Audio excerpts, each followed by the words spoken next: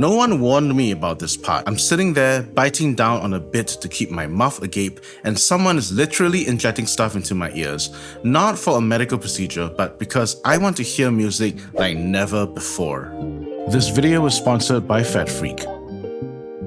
I've been using regular in-ear monitors or IEMs for years. SC215s, the affordable IEMs, those old-school consumer earphones, iPhone earbuds, whatever was convenient. But the musicians I played with repeated a common refrain. You've never heard your IEM mix until you've gone custom. And by that, they mean IEMs with custom in-ear moulds. Here's the deal. Most earphones are one-size-fits-all, known as universals. These ear tips come in a range of sizes from small to large, and you use whichever has the best fit and seal for your ears. But there's a problem with universals. They're not designed to fit your ears exactly. And my audiologist has confirmed this. My ears have a very unique shape, so unique that all universals don't form a good seal in my ear, and worse, they pop out very easily. So when the invitation came from FATfreq, a boutique IEM manufacturer in Singapore that makes a range of IEMs from the budget to the premium, used by everyone from touring artists, church musicians, to even audiophiles,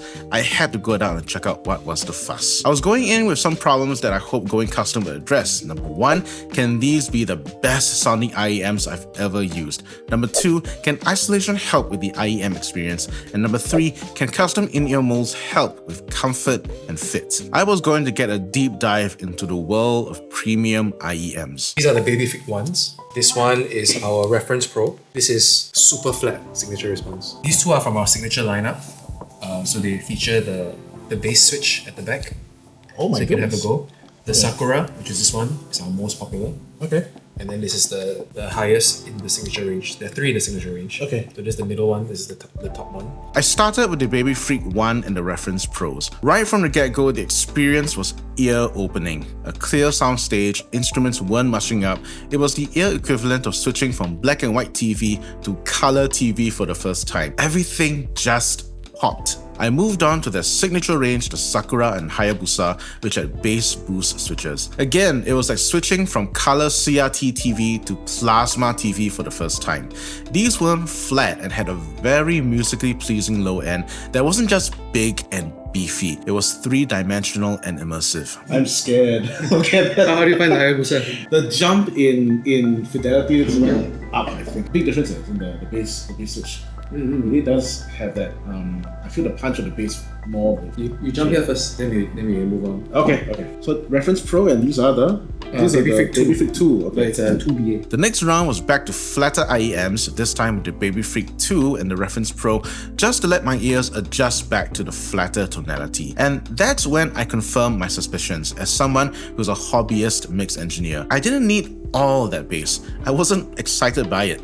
What I was excited by was clear separation of the mix elements in a song. So the first question of which are the best sounding IEMs should really be reframed as which are the best IEMs that fit my needs. Flat IEMs may not be musically exciting with less bass, but they help me do my job as a musician in a band. I need my IEM mix to be balanced with every instrument and vocalist audible. I wanted flat IEMs. I think I have cheap ears. I prefer these. I prefer this one than the Reference Pro. Okay. Yeah. It's not about cheap ear. It's certain functions don't require like a bajillion drivers. Yeah. Okay, I will. I'll take the phone. It's a touch screen. Yeah. Oh my goodness. It's a touch volume. Yeah. So you can just push it up as you need. Okay. Thank you. Just for my listening pleasure, my ears were treated to their most expensive IEMs, the Quantum and the Grand Maestro. I have an audiophile uncle who let me listen to his system once before. The sound from those giant speakers was so detailed that it was as if the band was in the room with us. That's the closest I can describe the sound out of these IEMs. They weren't IEMs anymore. They were audio portals for Pliny to sonically stand next to me. I was incoherently speechless, to say the least. What do you find? I did not hear that right symbol clearly until these. Oh, okay. Yeah, so there's a certain there's a certain section where there's a bell. It needs the right on the bell, and it doesn't ring clearly until these. The space open up. Yeah. Wider, a bit more immersive. Oh, wait, Same thing. We have the super stage modules on these. Okay, sure. And these are design for the Grand Maestro anniversary. So Okay. we have all the gold-plated brass accents. Oh my goodness, okay. And you were saying this is a switch also. But this is the vocal boost. Vocal boost. Okay, so I should find a song with singing in it. I would say you can start with this first, Yeah.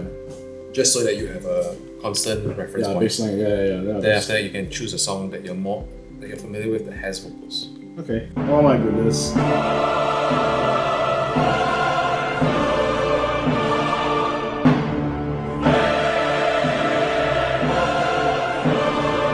I think. Alright, this is. It's top of the line, man. It is. It's top of the line. This is. Oh, it's. Yeah. I don't know how to describe the sound other than. Wow. I think because I don't listen to music that often. Now I listen to this, I can get where the audiophiles are coming from, and like it's an immersive experience. They wanna sit down and just be immersed, like dive into the music. I think this is close to that kind of experience. I think I'm hearing pick attack that I never heard before. Hearing the bell, right cymbals, sizzle of the cymbal. Even the decay of like some bass notes that the guys playing. The decay is quite defined now. It's not when you hear a bass on recording, you hear the note and then it just disappears. But this one you can hear that gradual like that slope, that decay is much more defined here. But it's really like, we push the development one way, but we can't make this a custom one, Yeah. This is a titanium shell. Yeah, Like, I'm not gonna make customs out of titanium. yeah, and there's no way to like jump around with these, right? Quite hard, I would say. unless it happens to be the perfect fit for you. And with that grand introduction to FATfreq's lineup, it was decision time. Which model of IEM was I going to get? The answer came to me very quickly. The Babyfreq 2s. These were the perfect balance of sonic performance and soundstage clarity that I wanted in an IEM. And so it was off to the fun and relaxing part, making the custom in-ear mold. Your tip will end about here. Yep. But your customs, right? Yeah. Actually go up to about here. So it's much deeper. Okay. To get a perfect fit, they had to inject a silicone compound into my ears. I was told to open my mouth and not move for several minutes, 10 to be exact. And yes, this felt very odd, but also strangely relaxing. You know that feeling of getting submerged underwater and your ears muffle up? That was how it felt, except I was on dry land. And then out it popped, an exact replica of my ear canal. Right, so first band, second band, for example, is a bit long. Okay. Yeah, but it won't be that long when you get your own. If you were to get your own pair and everything. Yeah. Wow. Some aggressive curvature going on the left there. When they pulled the molds out, I held in my hand the key to a personalized audio world. Soon, these will be turned into custom IEMs using a model with my preferred sound, shaped to my ears and built for me. And here's when I realized most people will not experience music and IEM mixes this way, not because they don't want to, but because they've never considered it. Once the in-ear molds are sent in for processing, you are put into a queue and there'll be a wait list before you receive your custom in-ear monitors. But you're not just twiddling your thumbs for the IEMs to arrive, you can finalize the design of the faceplates, and this is something really cool. If you go on the FATfreq website and let's say you search for your IEMs, in my case it is the Babyfreq 2s, and I click on custom and I click on create your own. I'm treated to an AutoCAD mock-up of the IEM shells. I can select different faceplates and see how they look like. If I have a standard black, which is, I guess it's all right. But what if I wanted to go a little bit bling and go with a glitter and change up the glitter between the left and right? A popular combination that I've seen before is the Storm and the Miracle put together. Here's why having a mock-up like this to help you visualize what it looks like before committing to a design is very important. I initially chose this, the steampunk. I saw the faceplate live in person at the shop. I looked at how unique it was. It's really cool. It's like watch parts that they took apart from an old watch and then they put it together in resin. My thinking was that I wanted to harken back to my roots as an engineering trained professional. And I did initially say that I wanted the steampunk, but when I got home and I used this feature on the website, I looked at this mockup and I realized I don't actually want this. So I started to play around, click here and there, and I ended up on abalone shell. And I knew it was a hit because when I showed this to my wife, she gave a stamp of approval, and that was enough for me. After deciding on abalone shell, I quickly messaged Ben saying that I wanted to change it up, and he said okay. I am scared to open. First impressions, this is probably the best soft case that I've had for an IEM. I'm used to using stuff like mooncake boxes, whatever I can find around the house. Right, oh my goodness, you've got... You want to do that on this camera? Oh, yeah? Yeah. Okay, can. What can I do? I can... Okay, yeah. What do we do from here? From here, usually we will make sure the fit is all good first. Okay. Make sure that the sound, obviously, make sure it sounds good, and then we will also make sure that it fits well. So find the logos on the connectors. Yep. The logos. The LR. L and the R's. And then obviously we have to make sure that the cable loops around your ears. And then at this point, especially because specifically for the Babyfreq, it's quite a snug fit. That's the way it's designed. So basically what we recommend customers to do is to have the connector face downwards first. Connector face So down. You roll it forwards Roll it to forwards. have the connector facing down. And then after you insert the nozzle into your ear, you slowly rotate it back. Oh, I just help you. I am... Yeah, first. Okay, over the ear. In the ear. Yeah. So you can roll it forwards, so you Yeah. can see my connector is facing downwards. Okay. And then as you insert, you slowly rotate it back in. Oh my goodness. Wow. Okay. I can't hear anything. Yeah. That's the way it should be. The first experience of fully isolated is... Okay, it's strange. You know how you go underwater? Then you get that, that sense of isolation. Yeah. So all good?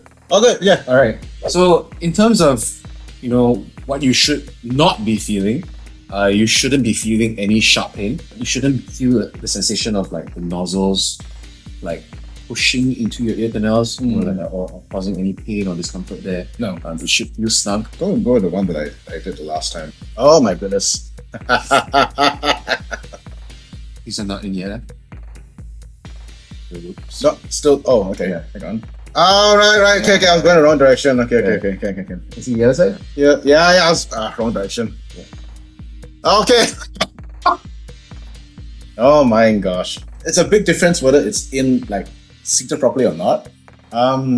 Suddenly the mids went from like that to like that. Yeah. In terms of just like care for the IEMs, because these are silicone shells and not resin shells, honestly, they just, after each use, just a dry wipe will do with like a clean cloth. If you ever do feel like the shells become a little bit abrasive, all you need is like a tiny smidge of Vaseline.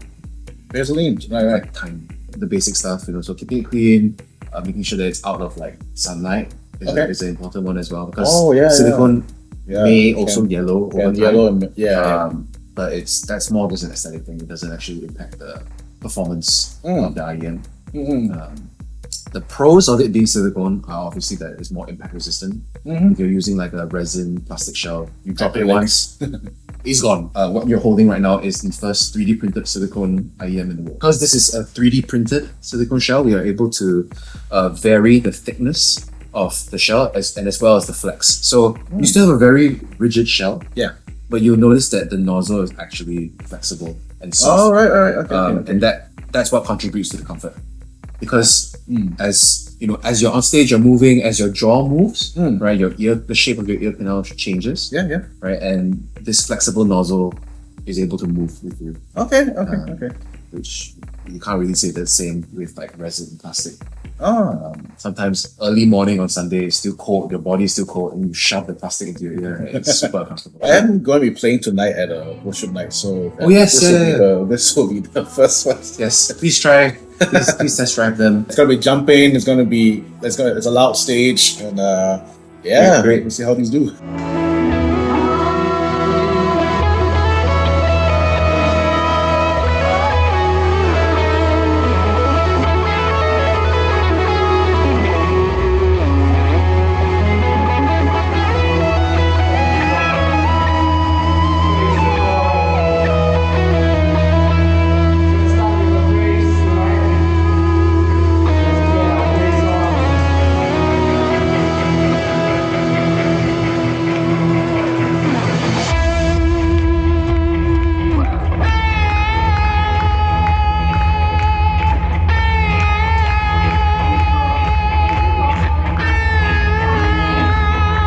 The moment I slipped these on and turned up the IEM mix, I knew it was going to be an amazing experience. The sonic fidelity was 10x, like lifting a blanket off a speaker.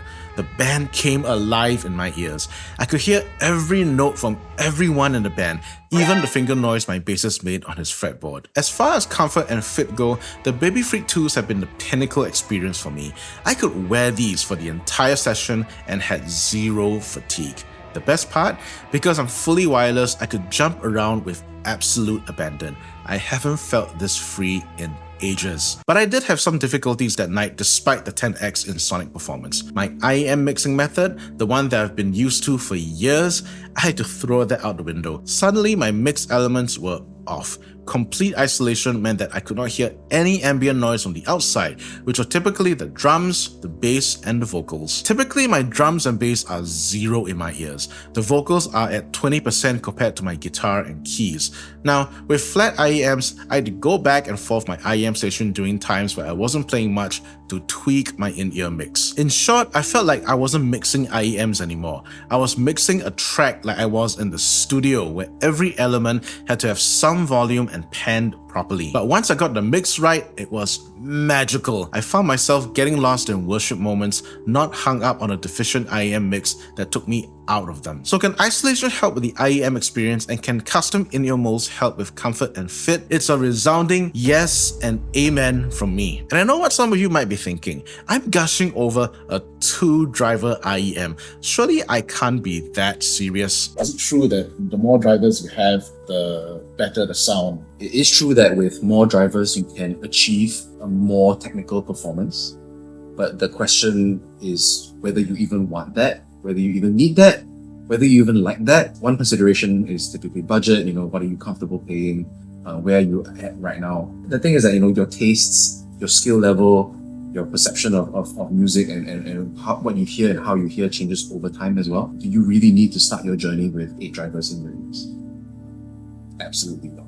You can get so much performance out of a single driver. In fact, in today's world, in today's market, as some of you audiophiles will know, you can get single driver universal IEMs for up to $700-800 because there's so much engineering involved around the driver. It's not just about the number of drivers in there. The other consideration also is what kind of performance, what kind of audio/sonic performance you're looking for in your driver. These are very broad strokes, but generally with lesser drivers, or in this case like your 1 drivers, you can expect a more cohesive mix in your ears. And that's just because that 1 driver in each ear is doing all the work. And then as you add more drivers, you can typically expect there to be better separation. Different drivers are pumping up different frequencies, different bands of frequencies, so you can achieve better separation in your mix. So if you're an engineer, maybe that's something that you prefer. But as a musician that is performing on stage, that may not be you may think you want that because it sounds good, right? Oh, technical performance and better separation and all that. But, that may not be the case. You may listen to it and go like, oh, actually, this is not what I need. Or this is not what I even like. A lot of touring guys, stadium touring drummers, bassists, 60,000 pack stadiums with the Babyfreq 1 driver. Because they're taking into consideration everything else, right? They need good seal, which the Babyfreq is known for. They need comfort. They need the IEMs to stay in their ears and not pop out on stage because of sweat and heat and movement. Yeah. So these are equally as valuable, right? Is a universal fit IEM the right one for you? Do you need to go custom? For a lot of performing musicians, we will always recommend going custom just because you want that seal, the isolation from the noise from the audience or from the congregation. Obviously, ear protection is also another important thing. If you have better isolation in your ear, you are able to hear better, you're able to hear clearer, you don't have to crank your pack as much. So there are plenty of reasons, but of course going custom typically means that you're going to spend a bit more than the universal equivalent. I reiterate my maxim from previous videos. Don't knock it until you've tried it. The Babyfreq tools may only have 2 drivers, but they're the perfect IEMs for me. You may not need the performance of a 10-driver IEM, and you may not even like the tone of it. The best thing you can do for yourself is to try it out. And maybe you end up like me, who's now obsessed with using my Babyfreq tools for everything. Hello! Oh! Is this new? Wow! Yeah, I just got it today. The FATfreq brothers should take a picture. You missed out on trauma. Hey! Hey! Drama also done. That was very... Hey, can put it. Nice. Half the bands are FATfreq. Nice.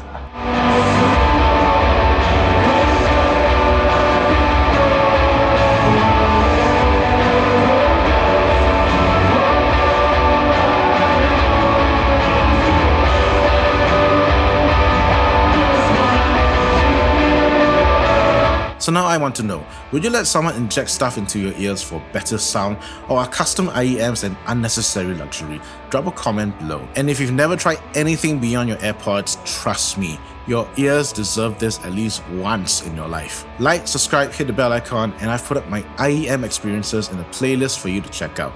See you there. Oh, thank you for your time, Ben. Where can these guys find more information about FATfreq? You can find us online at fatfreq.com if you'd like to look at our catalog. You can also follow us on Instagram at FATfreq. That's it. If you are in Singapore or visiting Singapore, you can find us at 29A Mosque Street in Chinatown.